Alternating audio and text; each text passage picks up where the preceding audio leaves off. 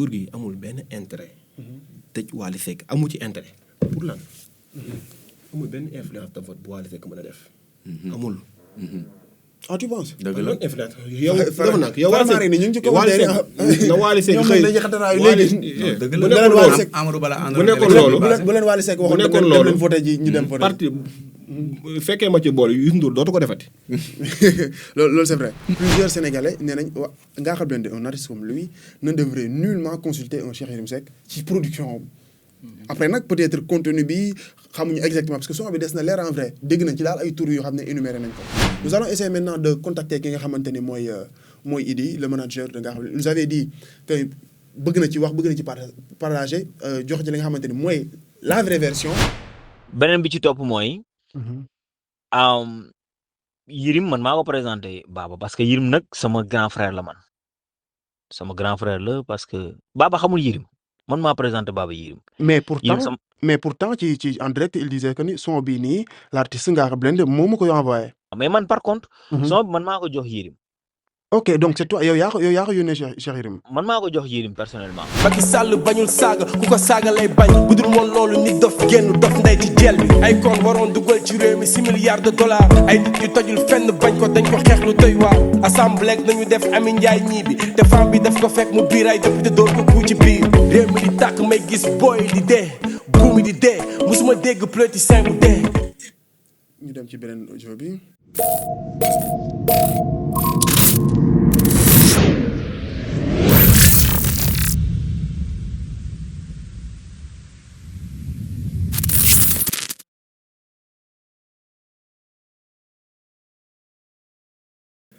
Mesdames et messieurs, nuyu nañ leen, j'espère que vous allez bien et bienvenue dans votre première chaîne de cultures urbaines du Sénégal, Urban SN. Comme chaque fois, chaque semaine dañuy ñëw toog ci plateau bi nga xamante ni mooy plateau POV fas yéene waxtaane des sujets yoo xamante ne ñoo nekk au diapason et cette fois-ci aussi dañ leen concoctel benn plateau boo xamante ni dañ ciy invité ay ndaanaan ñu fas yéene ci waxtaan lépp loo xamante ni moo nekk au diapason yéen aussi ngeen joxe seen xalaat n'oubliez pas de commenter de partager de liker vous êtes sur Urban SN la première chaîne de cultures urbaines du Sénégal balaa loolu yëpp balaa ñuy teg sujet bi damay bàyyi sama benn grand boo xamante ne vraiment lépp lu xew da koy bàyyi pour bu ko Urban SN woowee moment vraiment day bàyyi lépp teg lépp sur ci côté bi ñëw teewal ñu xam nga bokk ak ñun ay connaissance am bokk ak ñun expérience am donc grand Kalsa déjà ñu ngi lay nuyu.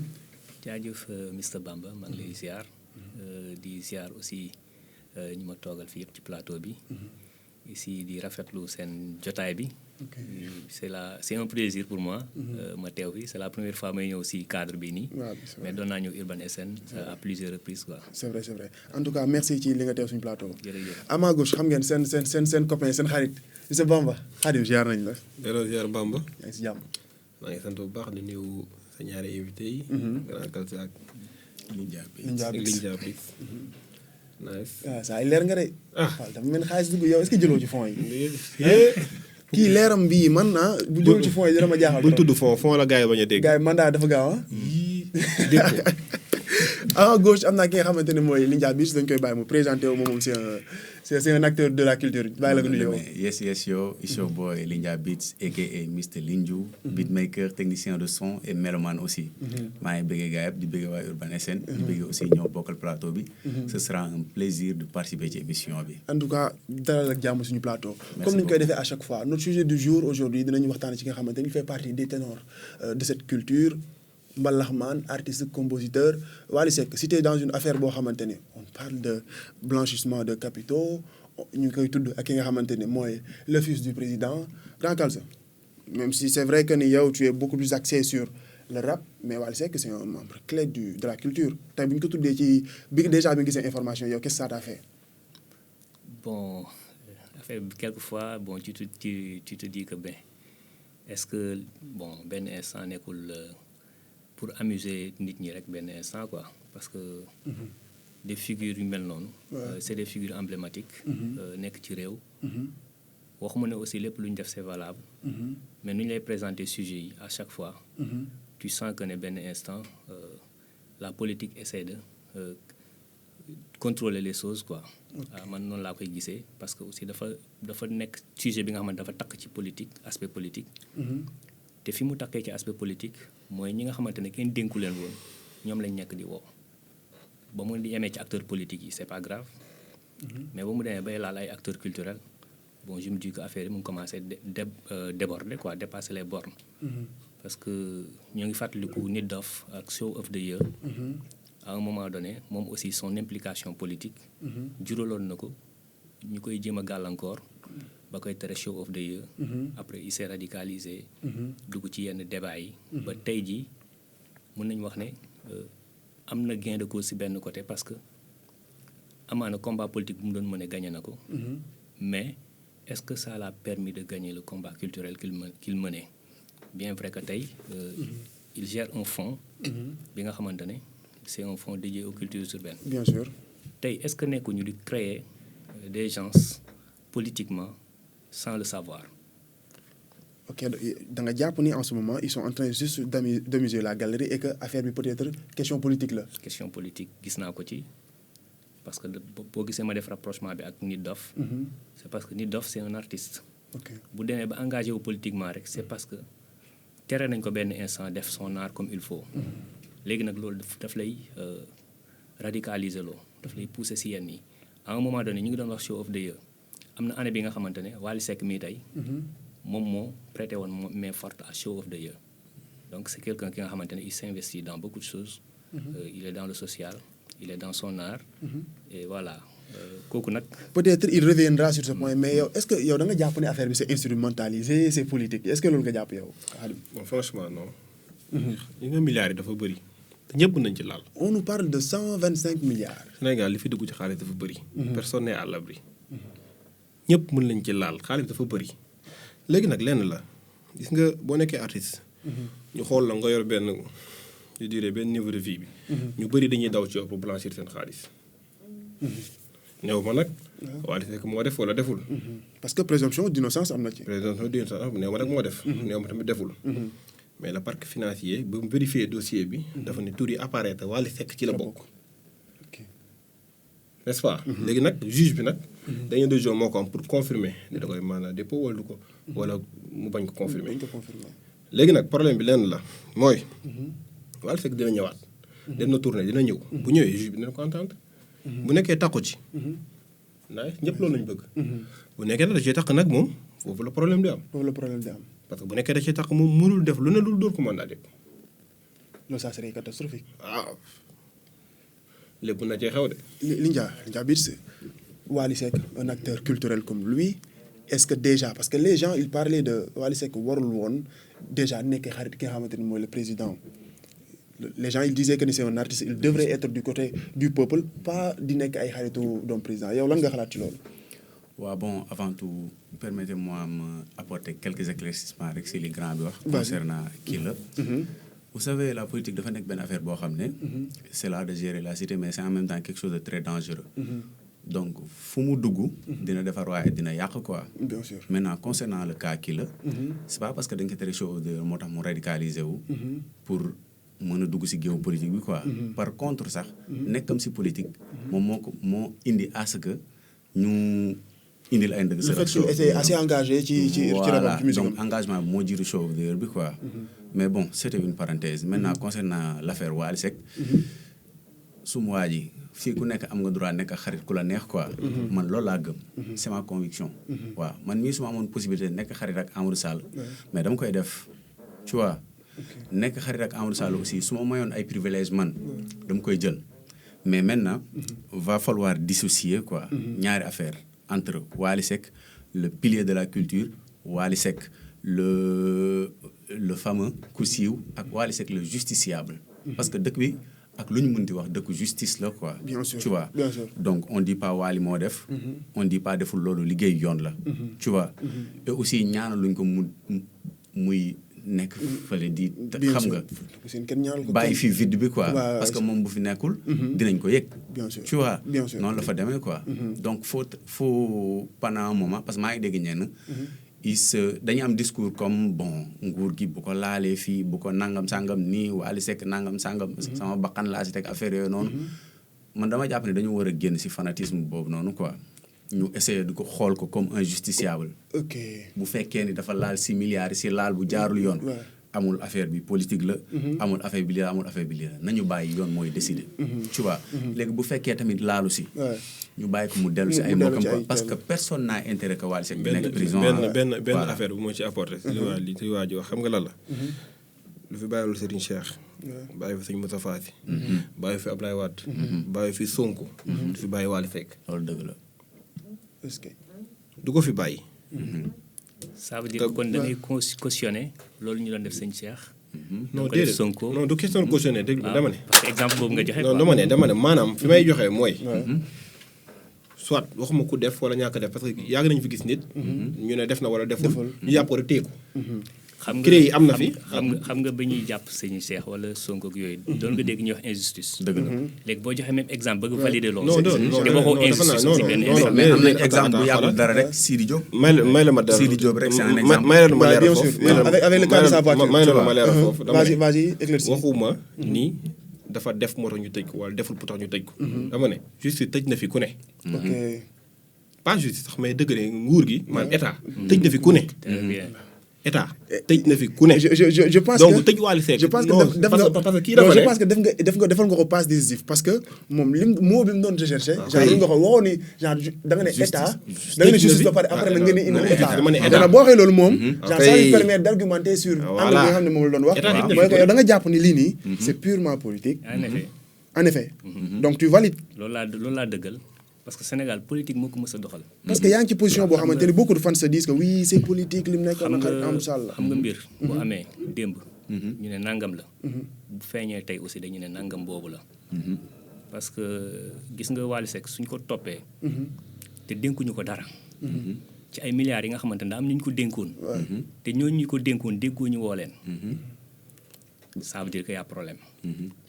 léegi bu ñu toppee logique boobu. Wally Seck laal na ci milliards yi. ñu topp quoi hypothèse. laal na ci milliards nañ ko woo. léegi Wally Seck bu dee demoon na ci boutique bi. jënd fa potu meew. xanaa dañu woo borom boutique bi. non duñ ko wax parce que daf ko jënd. mayu ko de. mayul borom bitig bi quoi. mën na ko may weccit bi. dañu woo borom boutique bi. kenn du ko woo. mais weccit boobu nag. weccit boobu mais parce que dafa dem jënd. ah déet mais may na ko. xoolal dañ ko war a woo. non, non, bu ñu du toppee problème. logique boobu. non. kon Sénégal ñëpp ba ci taximaan yeeg ñëpp non dinañ leen problème woo. bi grand xaaral. Le problème ici, c'est que bu ñuy wax par exemple parce qu'il y a plusieurs cas de situation. Les juristes en parlent en ce moment sur le donc cas de figure yi mun na bëri. dëgg la bu nekkee par exemple Wally Seck bi xaalis bi nga xamante ni on ne sait pas encore ndax laal na ci wala laal ci bu nekkee daf ci laal daf ko laal te pourtant xamul woon provenance bi. loolu mën nañ ko bañ a toppee. mais nag le problème mooy que ñun li ñuy ñaan yàlla kay mooy bañ a xam tracé bi xam fu mu jógee. pour wax ji leer. nous sommes dans un état. mais cet état aussi ci biir benn système lay dox. système boobu su fekkee permettre ay nit. ñuy enrichir de manière légale. loolu ku la neex lañ ciy jox parce que ñetti façon am yi moo am. li nga liggéey. liñ la may ak liñ la sarax. donc islam baal ma répété loolu waat ci ko islam lañ. ci islam baal ma répété waat ko li nga liggéey. liñ la may ak liñ la sarax. islam dafa reconnaître loolu mais am na beneen ci ñëwal ak li nga jël. li nga sàcc ci loolu li la lew yi. li la lew la li nga lew ok yu lew yi. te fii cadre liggéey am na Wally Seck liggéeykat la. cadre may mën na am néew ma dañ kaa may. cadre aussi yéen a la jox la sarax la am mën na nekk. léegi ñetti cadre yooyu yëpp bu amee ci biir système bi nga xamante ne. on parle de milliards. ci amin bi nga xamante ne yow ni la koy may. buñ koy xool ci bët ci côté moral. dañu naan lii jaaduwul. loolu du Wally Seck la ñuy topp xam kan la ñuy topp. le système la ñuy topp. le système boobu xam nga moom mooy lan. moom mooy système bi nga xamante ne moo taxoon ñu bëgg a jàpp Tahibou Ndiaye.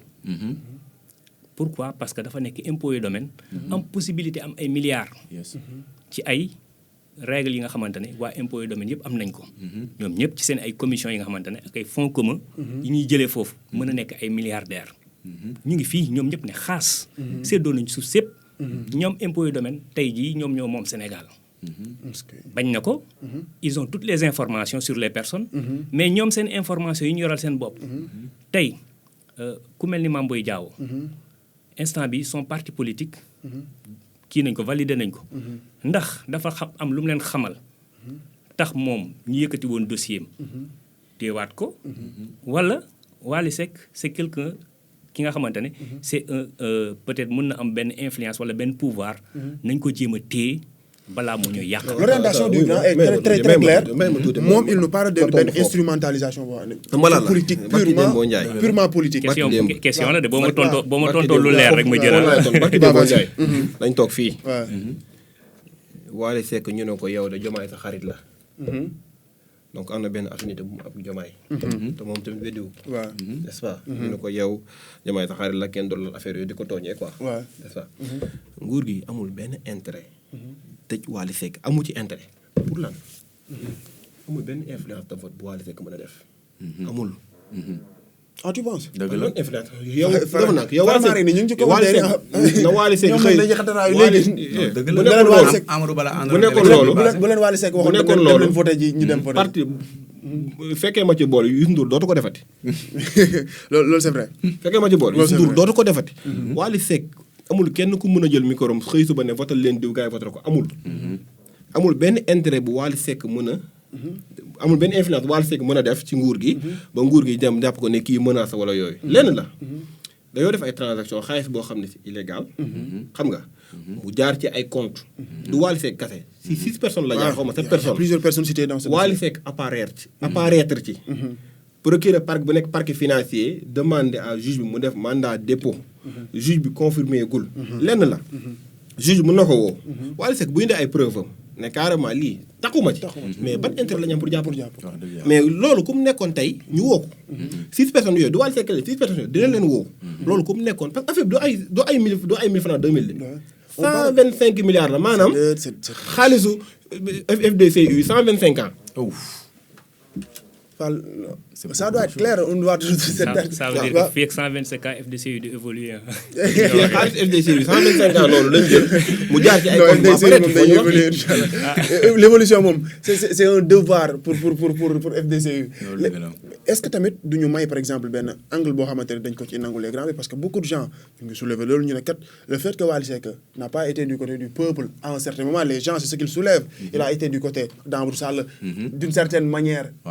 mais ay supposition la ba léegi. est-ce que nekkul loolu ko peut-être ñu fi jiite xaw a meree tuuti bëgg ko épingler may benn angle d'ouverture grand bi. waaw parce que bon loolu aussi peut-être mën na xaw plausible parce que pendant un moment donné. bi gars yi ni ko gars yi di tuddee bi xeex bi taree. ñoom noonu lañ koy tuddee. nañ Wally Seck def na concert xaw ma quelque part où. gars yi wax fa turu waa ji mu ne affaire yi moom su ma si duggee léegi mu am xaw ma cëppaandaw xaw ma ndaat saay quelque chose comme ça. am na ñoo xam ne really bu ñu waxee tu sens que ñoom téyel nañ ko loolu quoi. bien sûr right léegi nag bu fekkee ne loolu yëpp am na si. moom ak gars yi neexawuñ nangam sangam loolu yëpp ay théorie la.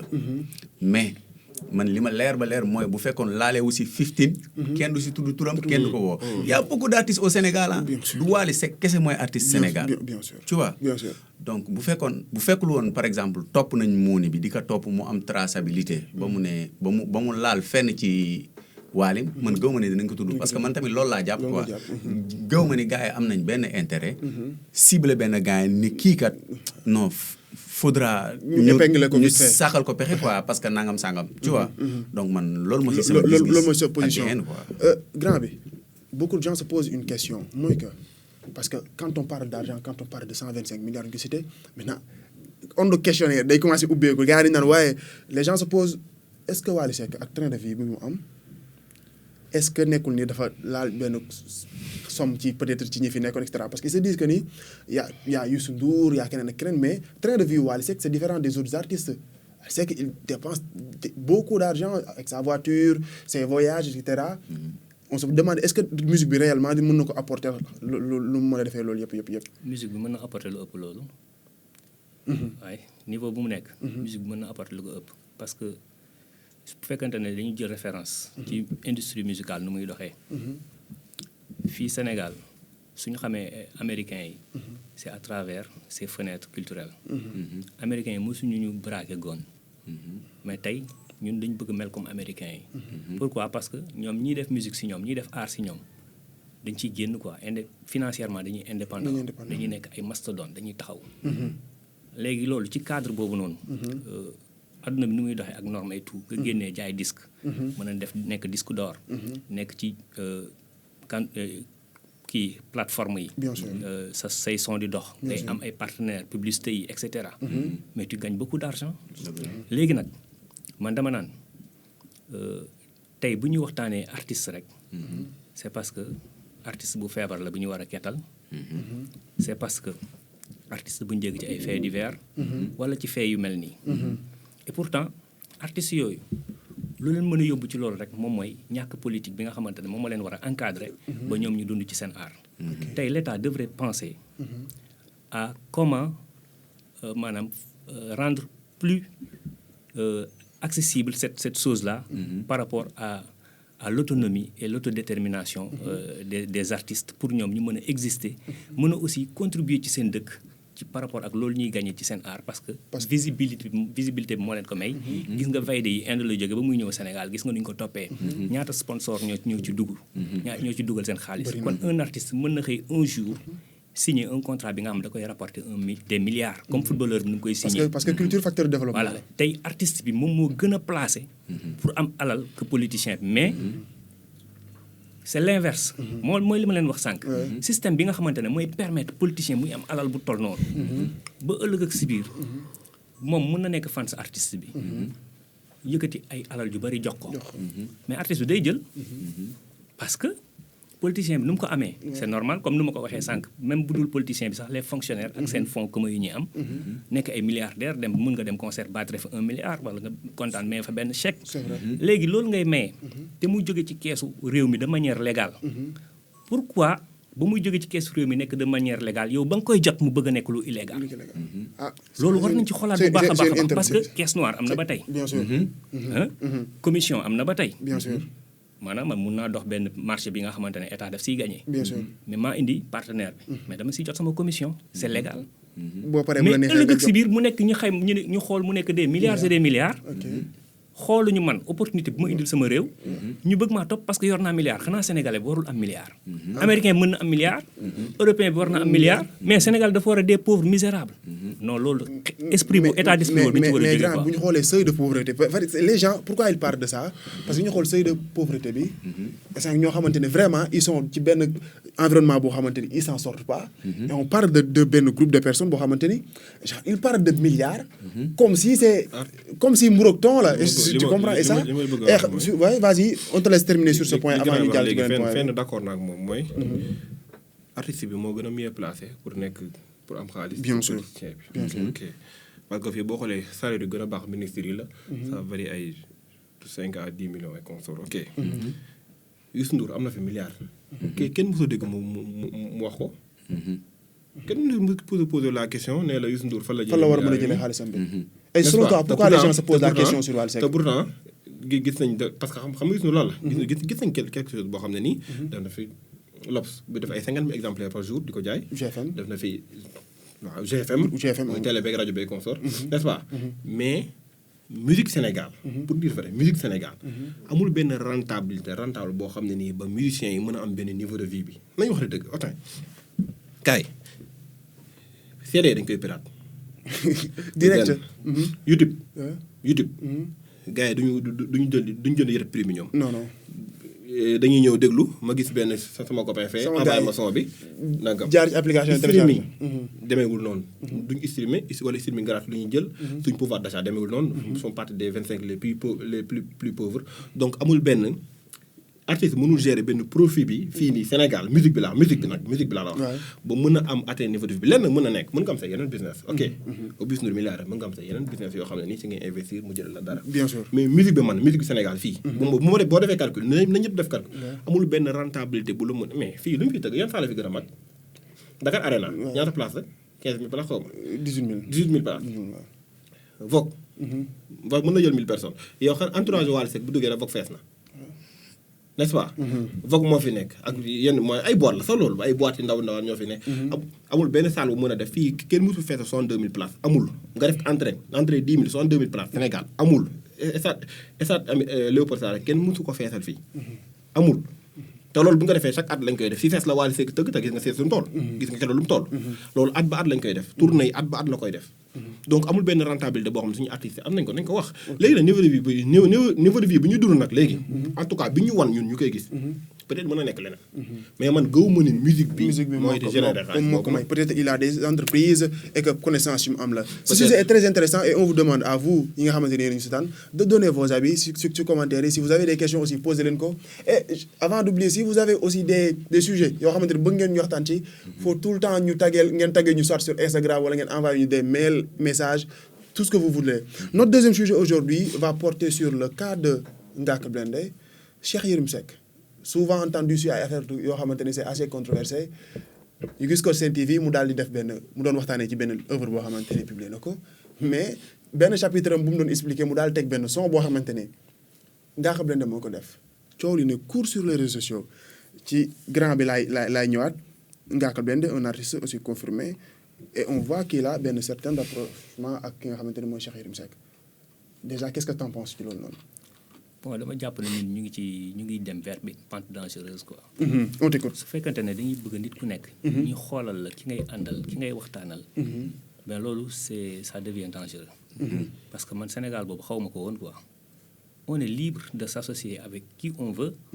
de partager sa vie avec qui on veut. maintenant Cheikh Yérim mën na am des problèmes avec l'état actuel wala le régime actuel. mais loolu concerné wul dara ak ay relations. ces relations dañu leen war a épargner. donc su fekkante ne tey dafa am lu génne ci gémmiñu Cheikh Yérim par rapport ak sa relation avec Ngaaka ba mu am exclusivité bu mu war a joxe. mais est-ce que nekkul une stratégie pour Ngaaka de faire sa com. mën na nekk.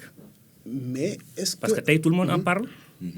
c'est vrai mais est-ce que Khadim est-ce que c'est une comment dirais-je sax comment tu as dit benn propagande boo xamante ne arrangé na vraiment ou bien c'est assez positif pour ki nga xamante ne mooy Ngaaka Blindé. déedéet positif kay amu ci Cheikh Yérim. plus fort je veux que tu répètes cette dernière phrase bi ah. non ma ne lu positif ki amu ci Cheikh Yérim. xam nga nit ku nekk mën nga ànd ak ku neex mais suba doo yow Firawna bu ndaraatoon doo ànd ak moom.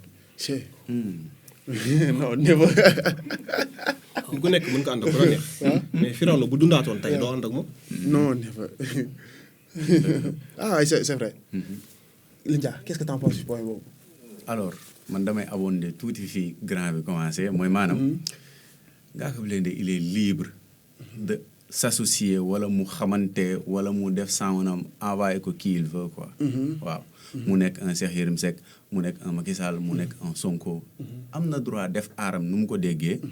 bu paree mu envoyé ko neex. waaw dans les règles de l'art quoi. Bien sûr. waaw disons-nous la vérité. maintenant ce qui pose problème si cas bi précis. mooy le profil Cheikh Yérim Seck. waaw ñun ñëpp xam nañ ni Cheikh Yérim Seck c'est sujet de controverse la quoi. fii nii si Sénégal. tu vois donc aussi ce sera de la publicité. mais en partie une mauvaise publicité pour Ngaaka Blindé. ce qui est sûr mooy sound bi su génnoon bu doon Cheikh Yérim daf ko def tey. vidéo bi génn la semaine d'après dina am audience boo xam ni moom Ngaaka sax dina raw njortam. très belle donc approche. bu dee ay view ak yu kenn xamul. Ngaaka Blindé il aurait tout à gagner sur ça quoi. tu vois mais maintenant fii Cheikh Yérim utiliser son bi. plateau bi c'était un plateau polémique. maanaam c'était un plateau politique. ba pare un plateau polémique. mooy maanaam ñu bëri. parce que Cheikh Yérim booy déglu gars yi ñi d'accord ak moom ci Sénégal. ñi d'accordul ak moom ñoo ko ëpp. bien sûr tu vois bien sûr. léegi nag muy def émission am di def émission am bay expliquer benn affaire. illustrer ko ak son Ngaaka Blindé. c'est là où vient le danger. parce que après. man xam nga c'est-à-dire mën nga def sondage à travers les commentaires quoi. Bien sûr. mais j'ai lu les commentaires. dégg naa ku nekk wax lu nekk Ngaaka Blindé. c'est-à-dire ñi d'accordul ak Ngaaka Blindé ci affaire bi. moo ëpp ñi ci d'accord ak moom quoi. tu vois c'est là où c'est dommage. c'est que nous a. ma apporté la dara. vas-y waaw balaa may ñëw ci grand. Baba bu nekk Ngaaka Blindé bu nekkoon son King Baba. la envoyé Cheikh Yérim mu teg ko. mu demee ni tey. donc ah tu penses bu nekkoon. bu nekkoon King Baba dafa envoyé King Baba man la King Baba. la teg la Cheikh Yérim teg. du demee ni tey. yes sama genre yi nag. mais il allait se poser plusieurs questions ci moment yooyu. non déedéet bu nekkoon King Baba la teg parce que dañ naan non. xam naa Yérim lan la xam ci King Baba. non du question King Baba mais son bi laa la wax. waaw son bi waaw contenu bi laa la wax. oui bien sûr bien sûr. mais Cheikh Yérim lan la teg ci son bi. am na partie yoo xam ne sax leerul. waaw dégg nañ ci tuuti. ñëw na wax dégg nañ ci ay Macky Sall wax na lii crash na Macky Sall. bien vrai que boo dégloo son bi tuuti côté waaw. patriote yi la taxawee. moom classe de Macky Sall karan ci Sonko Ah, nee na politiciens yi en c'est- général. xam nga dañuy def loo xam ne nag booy bàyyi di dee yooyu noonu. mais du tax. mu bàyyi ñëpp. de un son boobu génnul. bi mu waree woon génn son boobu génnul. son boobu génnee instant bi amul njëriñ. actualité boobu noonu passé na. de un deuxièmement lu war a son bi génnul. troisièmement lu tax ñu envoyé ko Cheikh Yérim. dafa am question bi dañ ko war a posé mooy lu tax ñu envoyé ko Cheikh Yérim. lu tax son bi génnul bi mu waree génn. contenu bi lu tax. ah c'est grand bi déjà yow li nga avancé ak li nga xam ne moom la Khadim avancé ak d'ailleurs plusieurs sénégalais nee nañ wa Ngaaka Blindé un artiste comme lui ne devrait nullement consulter un Cheikh Yérim Seck ci production am. après nag peut-être contenu bi xamuñu exactement parce que son bi des na leer en vrai dégg nañ ci daal ay tur yoo xam ne énuméré nañ ko. déjà réponds-nous sur cette question mais ensuite comme li nga xamante ne moom la ñu wax est-ce que nekkul da koy defal benn mauvaise publicité parce que bu ñu xoolee commentaire yi bu ñu defee sondage ñu gis ni beaucoup de sénégalais ne sont pas d'accord avec ça. waaw sénégalais yi des fois mën nañ d'accord sax si lu bon si ñoom. Oui, parce que sénégalais bi nekkul benn lu li nga xamante dafa taxaw lu concret nii quoi.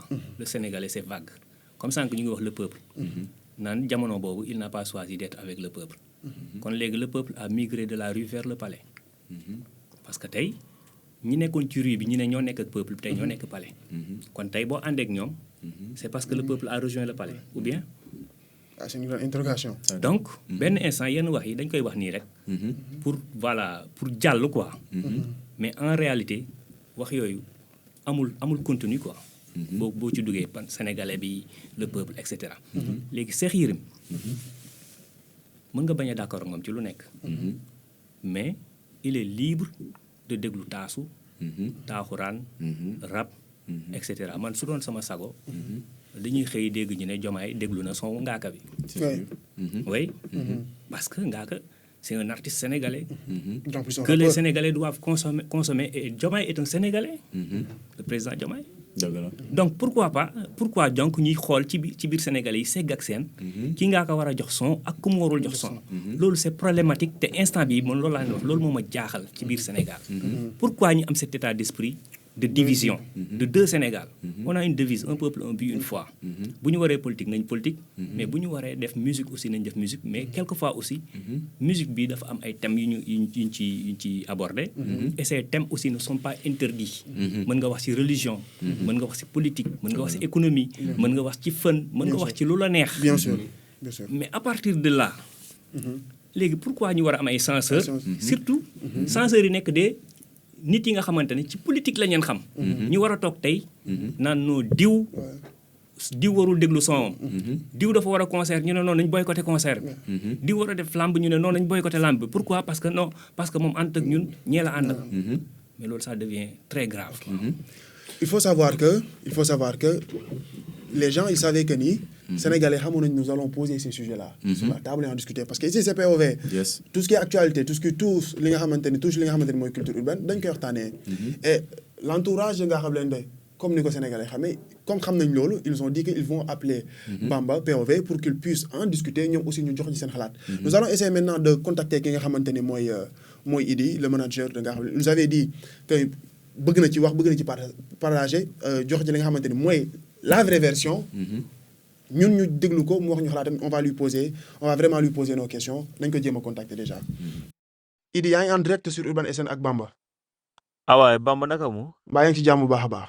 maa ngi cool Bamba maa ngi sant bu baax. Idi nous étions en train de discuter ci li nga xamante ni mooy sujet Ngaaka Blindé bi et que ñun aussi bëggoon nañ xam vraiment version bi comment ça s'est passé l'approche avec Cheikh Yérim Seck parce que en ce moment beaucoup de Sénégalais ñu ngi attaqué nga xamante ni mooy seen artiste sénégalais yëpp sax mais genre artiste bi nga xamante ni moom ngay liggéeyal beaucoup de Sénégalais en ce moment ñu ngi naan pourquoi mu am benn liaison bi ak Cheikh Yérim Seck ba muy teg benn son sur Sen TV est-ce que mën nga ñëw ci fee yooyu noonu nu mu demee. ok Bamba déjà maa ngi lay nuyu di nuyu ñu nekk ci plateau bi yëpp. di leen féliciter aussi tam si émission dama koy suivre de temps en temps je vous encourage aussi. merci beaucoup. ci liggéey bu nice bi ngeen di def. mais pour man question bi du pourquoi Baba am ay liaison ak Cheikh Yérim Seck c'est un Sénégalais.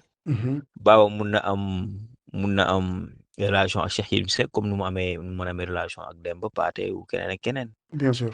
mais li xew mooy bon pour man débat bi mënoon na bañ a doon sax débat bu Sénégalais yi nekk di ci attardé wu parce que ñaari affaire bu ko nit ñi xamoon duñ ci débattre. Comme benn bu yan. njëkk bi mooy. bu njëkk bi mooy son bi archive la.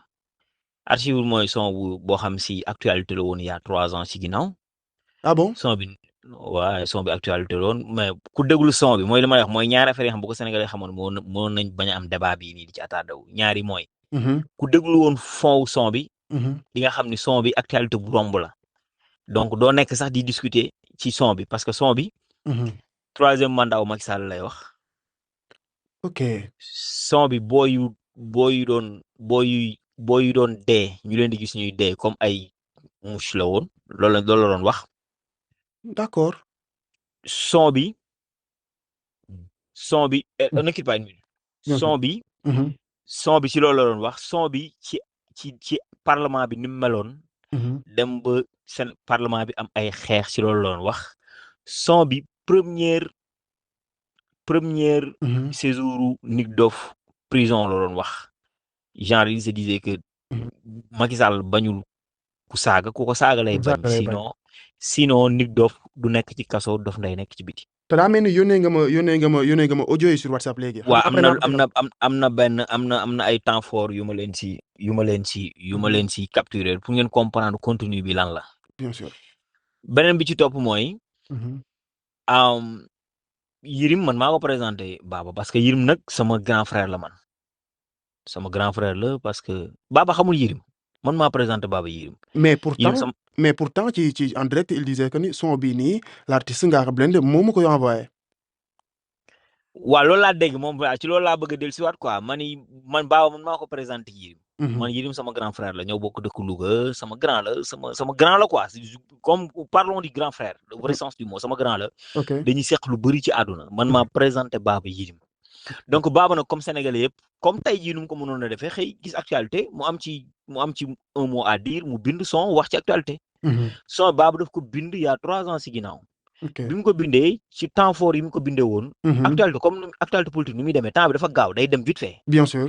léegi bi son bi di xaar tuuti. Baba nekkaat ci yeneen projet son bi romb ko mu nekk ci ginnaawam. léegi bi son bi nekkee ci ginnaawam Baba da koy weesu dootul nekkaat ci son bi di ko mise à jour sinon day rectifier lépp lu mu waxoon ci biir son bi continue bi dootul am sens. donc son bi ñu archiver ko bàyyi ko ci ginnaaw mais man par contre. son bi man maa ko jox Yirim. ok donc c'est toi yow yaa ko yónnee Cheikh Yirim. man maa ko jox Yirim personnellement mais man tamit lu tax ma jox ko Yirim sama grand la c'est pas là pour dañuy waxtaan ci lu bëri Yirim daf may envoyer peut-être loo xam si mënoon na ko denc pour moom daf may waxtaanee ma loo xam mën na ko denc man dama koy waxtaanee mais loolu man la personnel loolu sama man la man personnellement. mais man relation yi la am ak moom mais lu tax nag son bi. parce que son bi Baba daf ci doon wax actualité politique d'une manière générale. mais la moo tax génnul jamono jooju noonu Idi. waa génnul parce que son bi dañ ko romb li ma la bëgg a wax mooy maanaam son bi NTS tudd nouveau type du sénégalais lu tuddoon. mais instant boobu noonu son bi pare woon lan moo taxoon publier wu leen ko parce que en vrai bu nekkee li ngeen wax ni moom nga les sénégalais en avaient besoin certains sénégalais du moins. mais yow xam nga artistes yi ñaata son archive lañ am yu génn. c'est vrai day bëri. yanaa gogo xam nga lu tax. parce que surtout son bu mel ne son actualité politique. temps bi day dem. yow boo nekkee ci beneen activité. bu la gën a intéressé. bu son bi demee benn 2 semaines rek mun na son bi temps bi mun na ko fi bàyyi. du coup pour nga génne son bi. il faut que nga mise à jour ko. il faut nga defaraat ko. son bi dama la ci temps fort la woon wax c'est-à-dire moment bi Barthélémy Dias gisanteeg Sonko la. di astafurlah Barthélémy Dias gisanteeg Macky Sall. jamono ji Nick Doff nekkee ci biir kaso bi la. jamono ji Macky Sall waxul ni day def 3e mandat la. donc actuellement yooyu temps bi day dem vite fait te Baba ci jamono yooyu bi mu génnee ci bi mu defee son ba pare ci entre temps. Baba mu ngi ci yeneen projet mi ngi ci Nawlet bi mi ngi ci Clash bi donc amuñu woon temps wu sax mixé son bi du demoo la lu amul daf ko enregistré teg ko bàyyi ko noonu. dinañ ko tegal Sénégalais yi comme ça ñoom ñu gën a comprendre li ci nekk mais aussi beneen question bi mooy bi Cheikh Yérim Seck génnee wax ci li nga xamante ne mooy son yi Sénégalais ñu ci bëri dégguñ ko ñu ngi doon wax ci commentaires yi des propos yoo xamante ne en réalité est-ce que sax moo nekk ci audio yi lan moo tax léegi instant boobu noonu parce que nous avons eu tey ce privilège ñu waxtaan ak yéen nga leeral ñu ko en direct sur POV mais lan moo tax génne woo leen ko ci bi Cheikh Yérim Seck defee annonce boobu wala ngeen publier ko pour indi ay éclaircissement. publier leen son bi. waaw son bi waaw. non amul sens. yow nooy publier son boo xam si ki ngay wax 3e mandat nekkatul Sénégal il y a 1 an. non pour éclaircir le Sénégalais parce que. non éclaircissement pour man. mënul weesu lu mel nii.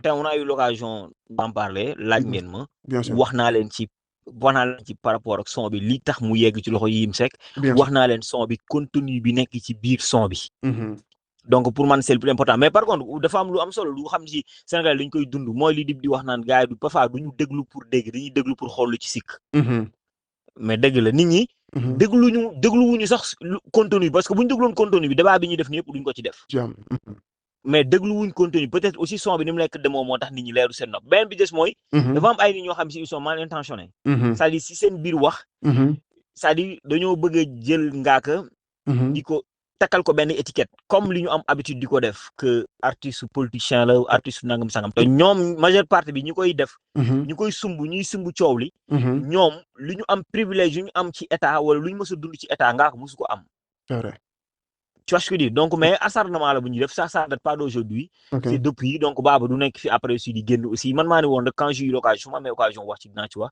mais Baba du nekk ci par rapport ak loolu parce que ku déglu contenu bi xam ni son bi du actualité ku déglu contenu bi xam ni son bi archive la donc bu sénégalais yaakaar ne son bi day génn suba génnul bu ñu yaakaar ne day génn tey son bi génnul parce que son bi du actualité son même bu doon génn da nga koy mise à jour parce que lim doon wax existé tout nekkatul ci Sénégal du tutul actualité fii kenn xeexul kenn nit réew mu ngi si jàmm Macky Sall nekkatu fi nekkul 3e mandat histoire de parlement bi ñu doon wax ay xeex gisatuñ ko foofu donc son bi nit dof mi nekkoon kaso génn na donc son bi liñ ci doon wax weesu na c'est vrai en tout cas Idy ñu ngi lay jaajëfal bu baax a baax ci approche bi nga def ci Urban SN POV pour waxtaan ci nga xamante ni mooy sujet Ngaaka Blindé bi donc suñu chroniqueur yi la ñuy bàyyi ñu gën cee débattre ak ñi nga xamante ñu ngi seetaan après ku nekk joxe ci sa xalaat ok en tout cas merci merci de jox ma occasion bu mel nii pour ma mën ci def quelques questions bu fekkee que ni question yoo rek la maa ngi leen di remercier lu leen encourager aussi si liggéey bu am solo bu ngeen di def mais son bi encore une fois archive la archive nag artistes yi am nañ ci des dizaines bien sûr parce que parfois ni muy demee la da nga ciy nekk ci mood bi weesu nekkatoo ci ñu génn ci loolu dem nekk ci leneen parce que day am projet yu gën a important ñu ngi lay jaajëfal bu baax a baax Idy jaajëf ba ma char naa la maa ngi bëggee nuyu ma gars yi nekk ci plateau bi yëpp maa ngi char jaajëf on a discuté ki nga xamante ne mooy Idy le manager de Ngaaka Blindé il nous a fait quelques éclaircissements léegi ñun ce qu'on va faire mooy dama leen di playal li nga xamante ni yónnee nañu ko après ngeen am ci benn aperçu léegi. Macky Sall bañul saaga ku ko saaga lay bañ bu dul woon loolu nit dof génn dof ndey ci jeel bi ay kon waroon dugal ci réew mi 6 milliards de dollars ay nit yu tojul fenn bañ ko dañ ko xeex lu doy waar assemblée nañu def Ami Njaay ñii bi te femme bi daf ko fekk mu biir ay député door ko ku ci biir réew mi di tàkk may gis booy di dee buumi di dee musuma dégg politicien bu dee. ñu dem ci beneen audio bi. ñàkku ngorog war ma gi meli lu ñu teg si temps réew mi charlatan dem ba ëpp fi doole enseignant kunkande day xar géej sal bendom lay gis ku wax sa xalaat ñu tam la dëmm Ahmed Ciss négliger xam-xam ku nekk lal pexe pollution sonore ku nekk di tari lum jàngul kañ la réew mi yëpp di ànd mun texe ba ku nekk teg si bët lu mënul nekk daa. voilà les deux extraits yi nga xamante ni moom la ñu kii di Idy envoyé et que vous avez j'espère que dégg ngeen li nga xamante ne moo nekk ci contenu bi déjà est-ce que après cette déclaration de Idy est-ce que vous pensez que donc da ngeen di delluwaat seen ay propos wala da ngeen jàpp ni y a pas de problème en fait en général sénégalais li ñuy nekk di waxtaan yi jaru ko woon quoi. problème kay am na. problème am na ba léegi pour yow. moo tax mu woote di wax ak yow. waaw mais est-ce que nii bu ko sénégalais comprendre woon nii est-ce que problème dina am. problème kay am na mag non problème bi mooy li mu la wax sànq dama leen expliquer dara. dafa am nit yoo xam ne mën nga ànd ak ku la neex ok. tey mën na ànd ak ku ma neex. n'est-ce pas mën naa ànd ak kii mën naa grand mais fekkee moom mën naa ànd ak moom mën naa nit ku nekk mën na ànd ak ku la neex. bien sûr mais dafa am nit yoo xam ne. boo xësee ba traité ak ñoom Sénégal fii daa am benn étiquette bu nekk Dakar. muy benn deuxièmement son boo xam ne Ngaaka Blindé yaa ngi koy posé question léegi. nga ne ko lu tax son bi génne ko ci période boobu ñaata artistes ñoo fi génnee son xëy lendemain clip ko dugal ko. Ngaaka Blindé classé na fi ak lu brique. classé na fi xam nga. chaque jour mu def son. clip ko dugal ko. kee delloo mu clip dugal. loo xam ne actualité politique la mais waroon na ko clip dugal. bàyyi na affaire bi dem. lii nekkatul archive ndax ñëpp yëg nañ ko. lii actualité la léegi. deuxièmement mooy envoyé na ko Cheikh Yérim bi nga xam ne dañ ko dakkal benn étiquette. et comprendre loolu aussi c'était débat bi instant bi débat bi mooy lu tax Ngaaka Blindé jël son bi envoyé ko Cheikh Yérim deuxièmement lu tax Ngaaka Blindé génnewul son bi ca ba mu ko waree génnee parce que continuer bi yaa ngi déglu nañ ko soo génnewul son ba nga ko war a génne def ni kaay Dip def na ko fi Kana Ba def na ko fi Akil def na ko fi ak plein d'autres rappeurs def nañ ko dox def ko ci waxtu boobu noonu Ninja ñu bëri dañoo jàppoon ni que Ngaaka Blindé son bi nii parce que biñu dégloo son bi xam nañ exactement la moo ci nekk ñu bëri dañoo jàppoon ni jamono jooju peut-être dafa àndoon ak nguur gi te li mu doon relaté ci son bi c'était juste pour ànd ak ay Macky Sall wala ñeneen parce que on a vu peut-être certains propos yoo xam ne Cheikh Yérim Seck teniroon na ko ñu jàpp ni état nguuru Macky Sall la àndal léegi nag buñ gisee defee rapprochement bi dañ naan Ngaaka Blindé peut-être son bi mu def yónnee ko Cheikh Yérim gouvernement bi fi nekkoon la àndal alors que li ñu dégg ci son bi c'est diamétralement opposé ak li gars yi di soulever nii c'est diamétralement opposé. Déjà, mais il faut nous dire une affaire quoi. Le son n'est pas le problème. Parce que Ngaaka Blindé, c'est un artiste libre d'observer des faits de société, relater quoi. Parce que li mu fi wax nii yëpp. ñun ñii ñëpp xam nañ ko ah. Bien sûr. ay affaires yu am la yoo xam ne. ñun ñëpp xam nañ ko.